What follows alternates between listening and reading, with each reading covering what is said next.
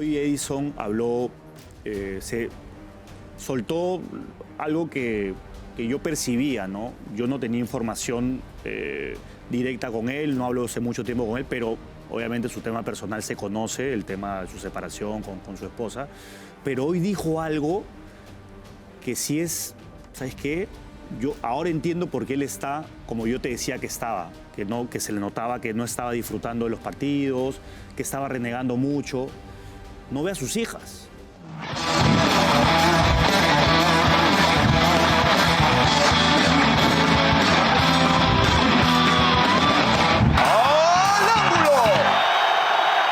Que Diego Penny nos ha venido contando últimamente y acertando.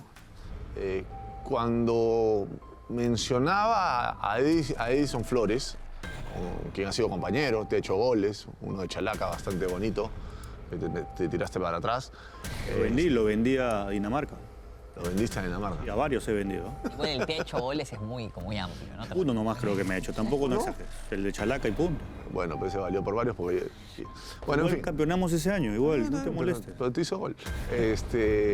Chalaca. No, a ver, yendo al tema serio, porque es un tema serio el que vamos a tocar, él decía, Edison no está en un gran nivel, está con algunos temas personales que los pueden estar afectando.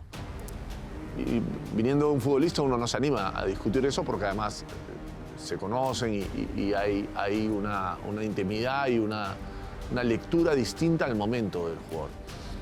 Después, al hincha no es que no le importe, pero el hincha llega al punto de decir, bueno, si tienes problemas personales, dile al técnico que no puede jugar, o que no quiere jugar, o que mejor no juega. Después ese mismo hincha, si no juega, si el equipo pierde, te va a decir que arrugas. Pero el hincha que nunca pierde, que siempre tiene razón, entiende que Flores tendría que haber sido suplente hace rato en la U. Y cuando escucha estas cosas, algunos dicen, bueno, vamos contigo, pero no afectes al equipo. Tus problemas personales no pueden afectar al equipo. Porque el equipo está por encima de todo. Porque el equipo está por encima de todo. Y ahí hay una parte bien fina y bien sensible, porque una de las pocas cosas que alguien que está pasando por un problema personal lo ayuda, es el trabajo, sobre todo cuando es un trabajo que te gusta, cuando es un trabajo en el que te sientes importante, en el que te sientes útil. Y es muy sutil la línea entre ayudarlo y ver hasta qué punto lo individual de ese futbolista lo pones por encima de lo colectivo. Y ahí no hay una fórmula, no es que le escribes a inteligencia artificial y le dices De la Rosa está con 2 problemas personales, 3 de físico y 4 de técnica, y el equipo necesita una asistencia y un gol. Dame la fórmula para ver cómo lo hago. No, esas son relaciones humanas, son habilidades blandas, son cuestiones que tienen que ver con la intuición, con la experiencia, que las tiene que manejar el psicólogo del equipo, el coach, que creo que en universitario hay un coach, el preparador físico, el técnico, el asistente, y finalmente el técnico tomar la decisión, y los mismos compañeros del futbolista. No hay fórmulas mágicas para eso, así pareciera muy simple. Antes de escuchar a Edison le doy pase a Diego porque tú lo has venido diciendo, no lo has dicho una vez, lo has dicho 2 o 3 veces, sí, que estaba pasando esto con el Oreja. Sí, Diego, mira, hoy Edison habló, se soltó algo que yo percibía, ¿no? Yo no tenía información directa con él, no hablo hace mucho tiempo con él, pero obviamente su tema personal se conoce, el tema de su separación con su esposa. Pero hoy dijo algo que sí es, ¿sabes qué? Yo ahora entiendo por qué él está como yo te decía que estaba, que se le notaba que no estaba disfrutando de los partidos, que estaba renegando mucho. No ve a sus hijas. Y eso parece algo menor. Eso parece... Eso es un montón. Y eso para un futbolista que es tan emocional... Cualquier papá. Para cualquier papá. Yo lo digo futbolista porque estamos hablando precisamente de Edison, pero para cualquier persona que es buen padre, que trata de ir de la mano con la crianza de sus hijos y verlos crecer y todo, eso es durísimo. Y Edison hoy se abrió, comentó la situación. Yo porque sentía, hace un par de semanas lo iba soltando y me parecía que iba por ahí porque Edison, a pesar de ir perdiendo o ir como se dé el partido, siempre te sacaba una sonrisa en el partido, siempre te había, no sé, le pegaba y hacía su carita, esa, la clásica carita del meme de orejas, ¿no? Que hace su carita y eso. No lo vi más. Hace varias semanas que él no está disfrutando de lo que está pasando. Y hay algo más todavía. Celebraba amargo. Exacto. Él hoy ha confesado de que está deprimido. Y es llevar tu chamba a la casa o viceversa, llevar tus problemas de la casa a la chamba. Entonces, quieras o no, flaco, quieras o no, para la gente que sabe lo que es vivir con depresión, te cuesta mucho. Te cuesta, es duro rendir, y el hincha de la U está diciendo sí, pero es futbolista profesional y esto, el otro, pero también es un ser humano, no es un robot. Y no se puede minimizar la depresión, ¿eh? Porque, claro, cuando fallece uno, cuando el Morro García falleció, todo el mundo posteaba, pobrecito el Morro García, ¿no? Porque se suicidó el uruguayo. Entonces, claro, ahora no, yo quiero que haga goles, todo. Él ha dicho, yo la verdad lo valoro muchísimo porque en un país... Hay que ser muy valiente para... Sí, para mí es muy valiente, porque en un país en el cual hablar de depresión parece palabra prohibida, sobre todo para un futbolista, ¿no? ¿Cómo se va a deprimir un futbolista? Es macho alfa, tiene que jugar y poner la pierna fuerte. Mira de quién está lleno de plata. Y mira de quién estamos hablando. Claro. Estamos hablando de un jugador mundialista, Obvio. un jugador ídolo. Bueno, para mí creo que está en camino a ser ídolo de la U. La gente lo quiere mucho. Ha recibido, yo siento que la gente ha sido muy empática con él. Pero ahora, después de haber ahora. Exacto. Claro. Después de haber confesado esta situación que me parece muy valiente. ¿Te sorprendió, Diego, tú que lo conoces, que lo haga público? Es que es difícil no preguntarle sobre algo que es muy... Pero podría no contestarlo. Sí, claro, podría Es verdad, es verdad. Podría tirar la pelota afuera y no Es decir verdad, nada. es no decir nada y quedarse callado, pero también habla de que ya está buscando ayuda profesional, lo menciona, y eso es el primer paso, ¿no? Para tratar de mejorar y tratar de encontrar una salida a una situación complicada. Igual, él está en plena separación, ¿no? Con su esposa y esto tiene para largo, ¿no? Entonces, no es que se soluciona de un día para otro, listo, me separo. O sea, hay mucho sentimiento de por medio, están sus hijas de 10 por años medio. Además, tengo entendido que hayas ido a Estados Unidos, ¿es así? Eso la verdad que no sé mucho, pero no está viendo a sus hijas. Entonces, yo que tengo hijos y viví en Cusco, vivía en Piura, viví en Arequipa, me volvía loco por venir a Lima, ¿me entiendes? Cada 2 semanas me volvía loco. Cuando fuiste a provincias, ¿nunca fuiste con Nunca los me chicos? fui con mis hijos. Nunca. No sabía eso. Sí, Así por que cuando varios eran temas. Mi hijo mayor tuvo un tema de salud, se tenía que quedar todos los meses consulta, ya más grandes en el colegio. Con mi esposa decidimos que se quedara. Entonces, para mí era difícil, pero yo buscaba, me daban un día y medio libre y yo ya me venía a Lima. Las madrugadas eran mías, porque me venía en el vuelo de las 5 de la mañana y quieras o no, eso te va a acumular, claro. Porque o te regresabas en el vuelo de más temprano y te ibas directamente a entrenar. Y yo en un momento bromeaba porque yo terminaba de entrenar a las 11 de la mañana en Cusco, ponte, en Cusco hay 500 vuelos, claro. Terminaba a las 11 de la mañana, llegaba al aeropuerto y mis compañeros se reían porque decían, oye, ¿tu cuerpo cómo aguanta? Pero bueno, 11:30 estaba en el aeropuerto. Y como tenía el priority, esta cosa que tenemos ahí por las ventajas, me metí al vuelo. Yo compraba el último vuelo y me metía a ese vuelo, al siguiente. Me encontraba un espacio, entonces yo llegaba a Lima a la 1. Y al día siguiente, en la madrugada a las 5 de la mañana, tomaba el vuelo para llegar a las 6 y salir al entrenamiento a las 8 de la mañana. Porque eso lo hacías una vez por semana, ¿no? Lo hacías 1 o 2 veces por semana. 1 o 2 veces por semana. 2 semanas ya, 2 veces ya cuando había un poco más de tiempo, el partido del domingo, ¿no? Pero esa era la necesidad que uno tiene de estar cerca de su familia, de cuando tus hijos... No venías a una fiesta, venías a estar en tu casa a ver a tus hijos. Y a veces mis hijos llegaban a las 5 de la tarde porque venían del colegio de sus actividades. Ese es mi amigo. Sí, oye, ¿y para qué vine si ellos no están, no? Pero bueno, estaba con mi esposa y todo. Entonces no es fácil. El tema familiar es complicado, es duro. Tienes la suerte de poder hacerlo, también convengamos. Exacto. Hay gente que no lo puede hacer o en algún caso tú lo tenías a 45 minutos, que es el vuelo de Cusco, más lo que te demora ir al aeropuerto, y Cusco es una ciudad chica donde... Donde hay bastantes vuelos, porque si juegas en lugares donde el último vuelo es a las 5 de la tarde. No, claro. Hay un vuelo por día. No, hoy en día en Cusco hay vuelos en la Lo que pasa noche. es que, y en eso es algo bastante habitual en el fútbol peruano que la salud mental afecte el rendimiento de los deportistas. Pero en todo el mundo, ¿ah? Pero no, en el fútbol mundial.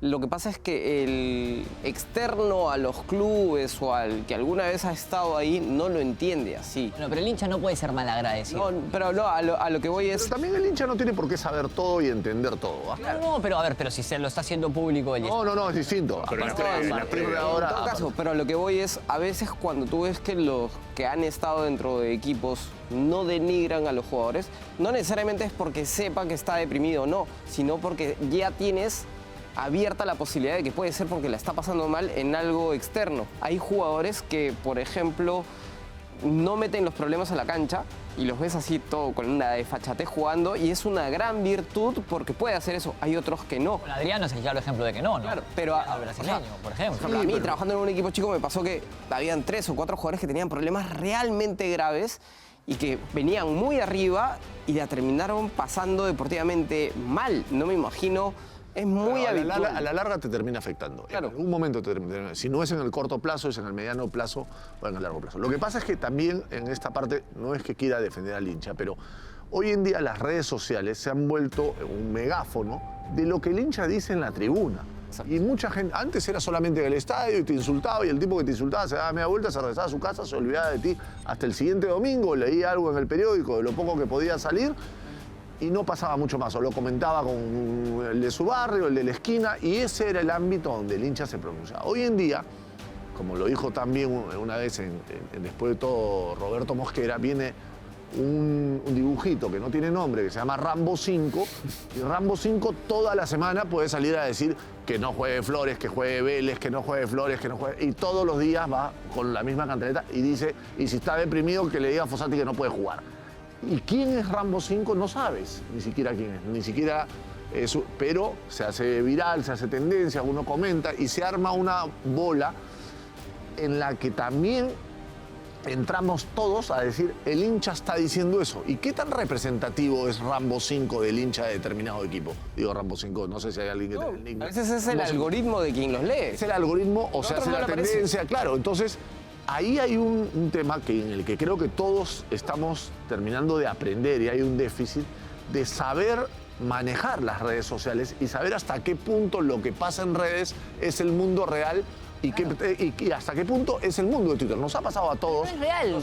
No, pero hay cosas que sí son reales. Tampoco es cierto eso de que el mundo de redes no es real. Y hay algunas cosas que son reales. A todos nos ha pasado en algún momento decir algo, recibir un montón de insultos y de repente vas al estadio el día siguiente y el 85, 90% o 98% te piden una foto. Y tú dices, ¿y dónde están los que me estaban insultando ayer? A mí me pasaba eso, Diego. ¿Verdad? Claro. A mí me pasaba eso. No, a mí me pasaba N veces. Pero cuando era jugador, el Cristal, ¿sabes qué? Era una locura en redes. Y salí todo el mundo, foto, esto, y es verdad. Bueno, yo sí entiendo a lo que vas, digo, pero yo lo que sí, el hincha pensante, ¿no? Con 2 dedos de frente, claramente, porque lo quito de Twitter. Es más, yo te digo ahora, tú dices Rambo 5.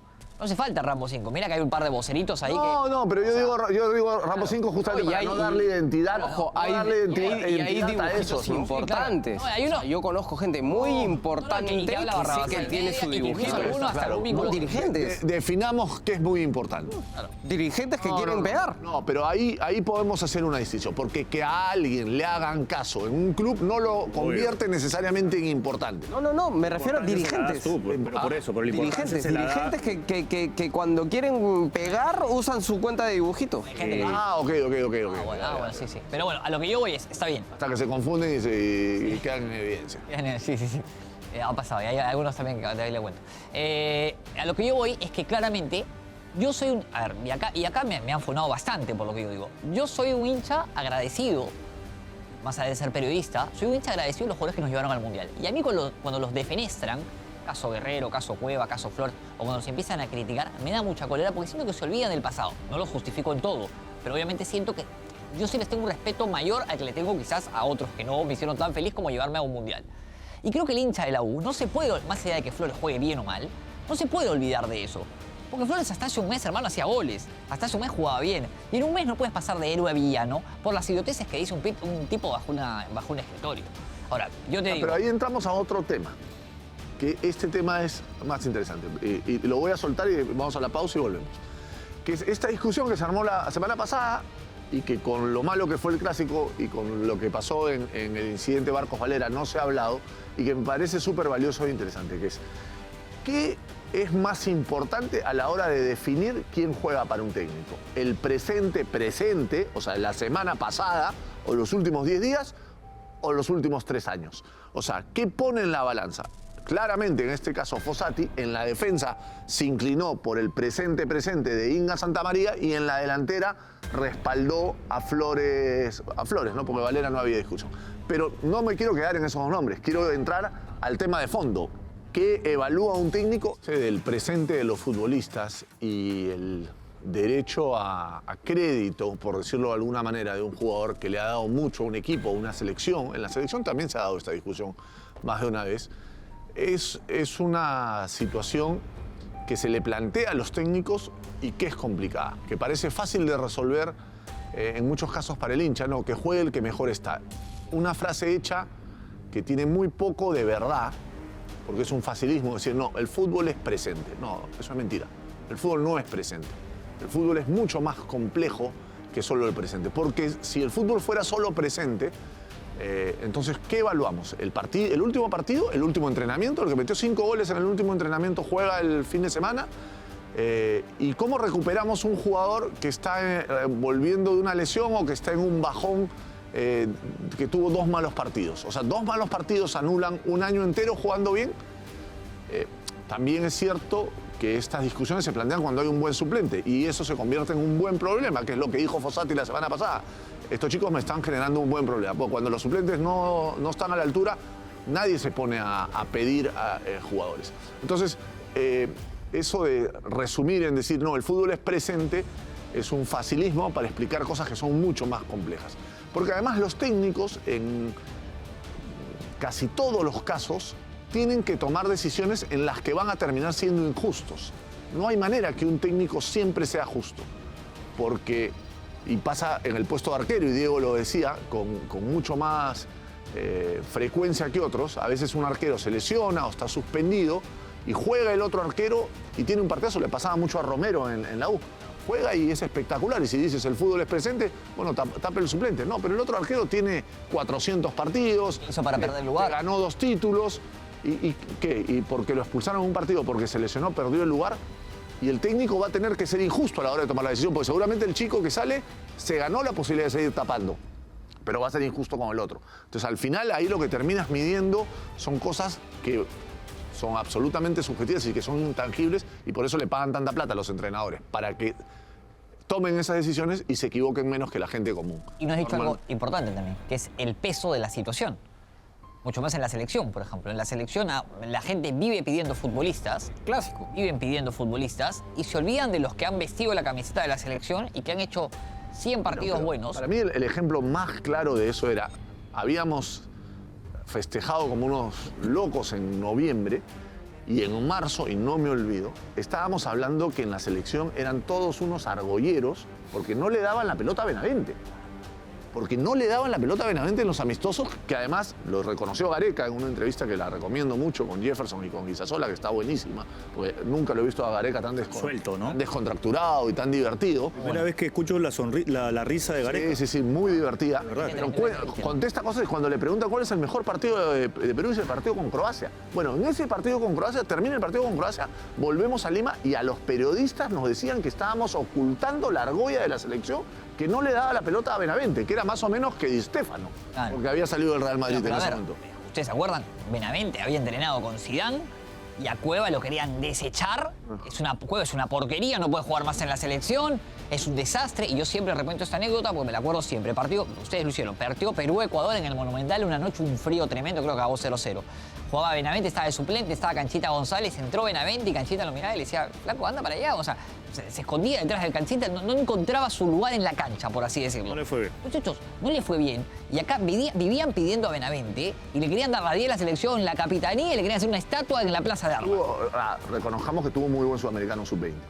Sub-20. Está bien. Sí, pero igual, Flaco, no es culpa de... No, era eso culpa de Benavente. No es culpa de Benavente. No, y pero- probablemente se le puso una presión a Benavente Claro. para el que él no estaba preparado. Y antes de Benavente fue Merino, ¿se acuerdan? Sí, claro. A Buena Vázquez. Y ahora este chico Felipe Chávez que juega en el Bayern, que parece que fuera Gerard, ¿no? Acá vivimos pidiendo futbolistas, defenestrando Que no a los los que conocemos. tenemos, que no los conocen, porque claro, siempre lo desconocido es mejor que lo que ves todos los fines de semana. O sea, Pero volviendo a ese tema, ¿cómo manejan los entrenadores, en este caso, de acuerdo a tu experiencia, esa dicotomía entre presente y trayectoria, por decirlo de alguna manera? Sí, a ver, los técnicos tienen que tener una muñeca espectacular para estas situaciones porque no hay una ciencia cierta, no hay una pizarra que te dice tienes que poner aquí este nombre y igual esto, no. En el caso de la U, por ejemplo, que es el caso más, el inmediato, ¿por qué sí optó, y es la pregunta, ¿no? ¿Por qué optó Fossati por cambiar a los defensas y no a la Oreja? Y yo te la respondo así como lo veo yo, ¿no? La competencia que hay atrás no es la misma competencia que hay adelante. Eso es uno. Dos, Vélez hizo un gran partido y es el suplente que reemplazó a la Oreja en fue el primer Brasil. cambio. Fue su primer cambio. Todo lo que quieras, jugó bien. Pero si Vélez de repente hubiera tenido ese rendimiento en los últimos 5 partidos, de repente lo hace pensar a Fossati distinto, pero ahí también viene lo que hemos hablado casi el inicio del programa de la Oreja. ¿Cómo haces para que a un jugador tan importante como la Oreja, fuera y dentro de la cancha, uno de los capitanes, uno de los líderes, cómo haces si le está pasando mal? ¿Cómo haces para sacarlo? Y dices, ¿sabes qué? Lo terminas de hundir. Quédate afuera hasta que te recuperes. Eso, Además, eso no existe. o sea, con esos jugadores el tienen técnico un tiene hándicap. que saber... Depende de la persona. Hay algunas personas que sí necesitan tomarse un respiro. Sí, Por seguro. eso, o sea, no es tan... Por eso lo primero que La decimos muñeca, es claro. que no hay una fórmula. No hay una fórmula, Tú exacto. le metes la información a la inteligencia artificial y te Exacto. saca Y te sale la respuesta El Tunche en automática. algún momento sí le hizo esa competencia que no hubo atrás. Claro, pero el Tunche Sí, pero- porque venía de una continuidad. Lo que dice el Flaco es muy cierto. La gente, porque acá nos enamoramos de 30 minutos de un futbolista, es verdad, ¿no? Mira que pedían varios a la Catriel Cabello, me acuerdo, uy, lo reclamas. Casi Tranquilo, no tienes que dar ejemplo. hacían marchas nacionales para que Catriel vaya a la selección, me acuerdo. Ahora, en el caso de Flores, Vélez venía a hacer un buen partido en Brasil, porque fue de lo mejor en la U, en Brasil. Pero era un partido. Santa María venía a jugar 4 buenos partidos y en el caso de Santa María ya se hablaba por qué puede ser titular. Santa María, Riveros. E Inga venía de vino un una abril continuidad. espectacular. Creo que el hincha se enamoró del partido de Vélez y obviamente como la Oreja viene bajo hace 3, 4 partidos, dijeron que juegue Vélez. Si Vélez hubiera sido como el Tunche, que muy buen ejemplo que tuvo, es que el Tunche el año pasado hizo un torneo que uno decía, el Tunche porque no es titular, se Inicio de queda año con también. la diferencia. Es distinto. Y en este caso, el Orejas sí tiene un hándicap, pues. Tiene ese hándicap de, ok, no te saco al primer partido, te voy a dar 1 más, 2 más. Por la espalda que ha generado él también. Pero a ver, además, Flores nunca ha sido un futbolista de grandes rendimientos a lo largo de los 90 minutos, pero siempre ha sido un futbolista decisivo para el gol, sobre todo. no solo eso, Los goles importantes. no solo eso, sino que Flores menciona que es desde este año, pero más o menos desde el año pasado, y sí tuvo buenos momentos este año, aún así con esa condición. O sea, lo que pasa es que el entrenador, por ejemplo, hay unos entrenadores que para mantener al grupo rotan. Reynoso. Hay otros entrenadores que marcan bien, que son sinceros. Pero a veces tú puedes ser sincero, el entrenador es consecuente, pero el jugador no lo toma así y el grupo se va rompiendo y comienzan a pasar ciertas cosas. Entonces, al fin y al cabo, hay muchos hinchas que esperan que el entrenador sea... No, que solo sepa de táctica, pero lo que dice Diego es verdad. El entrenador a más veces... importante. El manejo de grupo es alucinante porque La estás... charla que habla Diego de Estás Gareca. teniendo 25 personas con el ego arriba que los tienes que manejar de una manera en el que todos se empujen, no necesariamente que Además sean tienes una amigos. cuestión adicional, que es que al que hoy día le dices que no va a jugar, Guardiola siempre lo menciona como lo más difícil que le pasa como entrenador, que es decirle a alguien que trabajó toda la semana que no va a poder seguir haciendo su trabajo el domingo y que se tiene que ir a la tribuna o se tiene que ir a su casa, ¿no? Que es el manejo de los suplentes.